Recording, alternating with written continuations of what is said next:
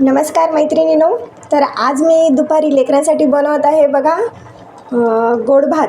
गोड भातासाठी मी कुकरमध्ये भात शिजवलेला आहे. भातासाठी मी घेतलेले आहेत आपले इडलीचे तांदूळ असतात ना, ते जाडसर तांदूळ ते घेतलेले आहेत, कारण त्याची खीर गोड भात खूप चांगला होतो. आणि त्यासाठी बघा मी काय घेतलं आहे, हे घेतलं खोबरं आणि हे आहे आपल्या चवीनुसार गूळ आणि हे बघा पूर्ण साय आहे दुधावरची आणि याच्यामध्ये थोडीशी विलायची मी टाकलेली आहे आणि तुम्हीसुद्धा टाकू शकता चवीनुसार.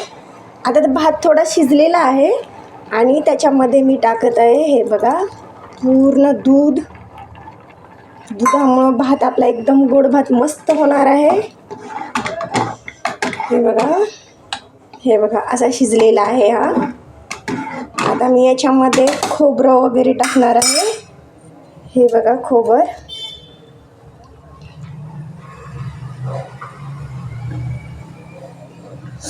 तुम्हाला पण तुम्ही चवीनुसार तुम्हाला जे ड्रायफ्रूट टाका आवडतात ते तुम्ही टाकू शकता.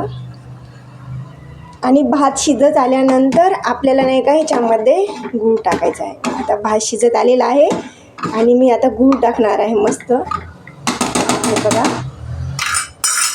गुळाने नाही का भाताला असा मस्त कलर येणार आहे आणि गोड भात आपला एवढा छान होणार आहे. आता हे बघा